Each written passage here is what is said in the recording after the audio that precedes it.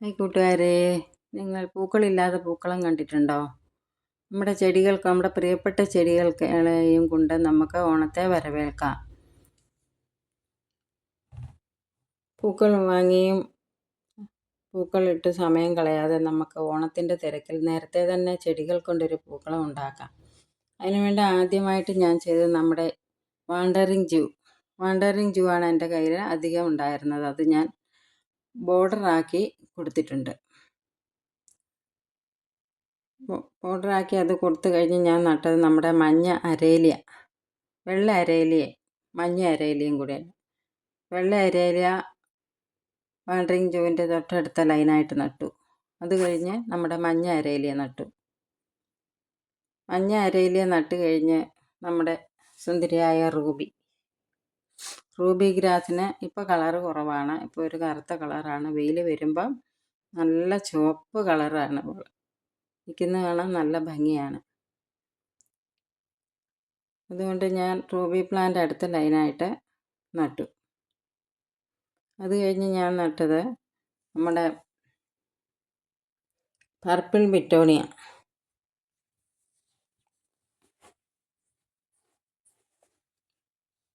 ബിറ്റോണിയ പ്ലാന്റിന് കളർഫുള്ളാണ്.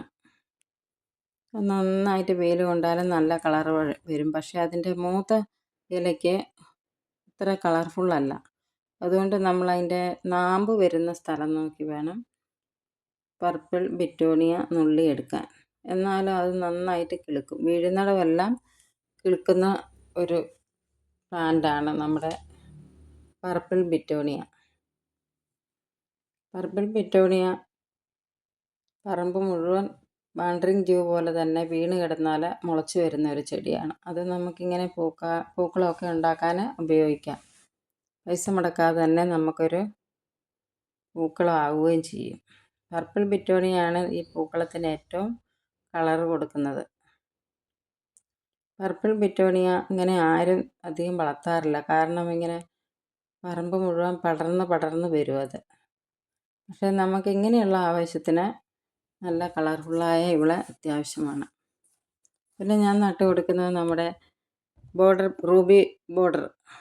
Ruby plant border പ്ലാന്റാണ് ഞാൻ നട്ടു കൊടുക്കുന്നത്. അതിന് വേനൽക്കാലത്താണ് നല്ല കളർ. ഇപ്പം കളറ് കുറവാണ്. എന്നാലും നമ്മുടെ പർപ്പിൾ ബിറ്റോണിയയുടെയൊക്കെ കൂടെ ഇതും കൂടെ നടുമ്പം നല്ല കളറായിട്ട് വരും. ബോർഡർ റൂബി നമ്മൾ നട്ട് കഴിഞ്ഞ് അത് കഴിഞ്ഞ് നടാൻ പോകുന്നത് നമ്മുടെ സുന്ദരിയായ റെഡ് പ്ലാന്റിനെയാണ്. റെഡ് പ്ലാന്റിനെ നടുക്ക് വെച്ച് കൊടുക്കാമെന്ന് വിചാരിച്ചു. അത് എൻ്റെ കയ്യിൽ കുറച്ച് മാത്രമേ ഉണ്ടായിരുന്നുള്ളൂ. അതുകൊണ്ട് നടുക്ക് തികയാത്തതുകൊണ്ട് നമ്മൾ ഈ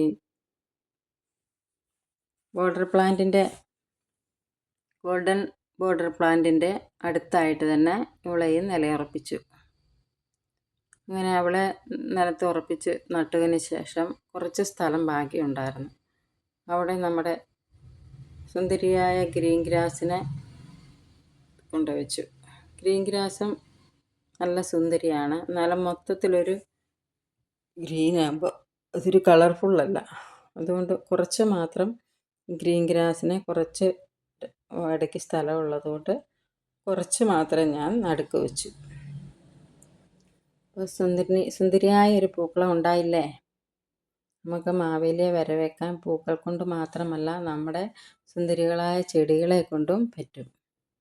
സുന്ദരികളായ ചെടികളുള്ളവർക്ക് ഇതുപോലെ ഒരു പൂക്കളം ഉണ്ടാക്കാം. എന്നാൽ ഇത് നമുക്ക് നേരത്തെ നട്ടുണ്ടാക്കാം എന്നുള്ളതാണ് ഏറ്റവും പ്രധാനമായ സംഗതി. എന്നാന്ന് വെച്ചാൽ ഓണത്തിൻ്റെ തിരക്കിൽ പൂക്കളം ഇടാൻ പൂക്കൾ വാങ്ങാൻ പോകാനും നമ്മൾ മെനക്കെടണ്ട. നമ്മുടെ സുന്ദരി റെഡ് പ്ലാന്റിനെ കൊണ്ട് നടുക്ക് വെച്ച് നമ്മുടെ ഗ്രാസും നടുക്ക് വെച്ചപ്പം പൂക്കളം പൂർത്തിയായി. എൻ്റെ വീഡിയോ എല്ലാവർക്കും ഇഷ്ടപ്പെട്ടെങ്കിൽ സബ്സ്ക്രൈബ് ചെയ്യുക, കമൻറ്റ് ചെയ്യുക, ഷെയർ ചെയ്യുക. എല്ലാവരും വീഡിയോ മുഴുവൻ കാണണേ. വെറൈറ്റി പൂക്കളമല്ലേ. Thank you for watching.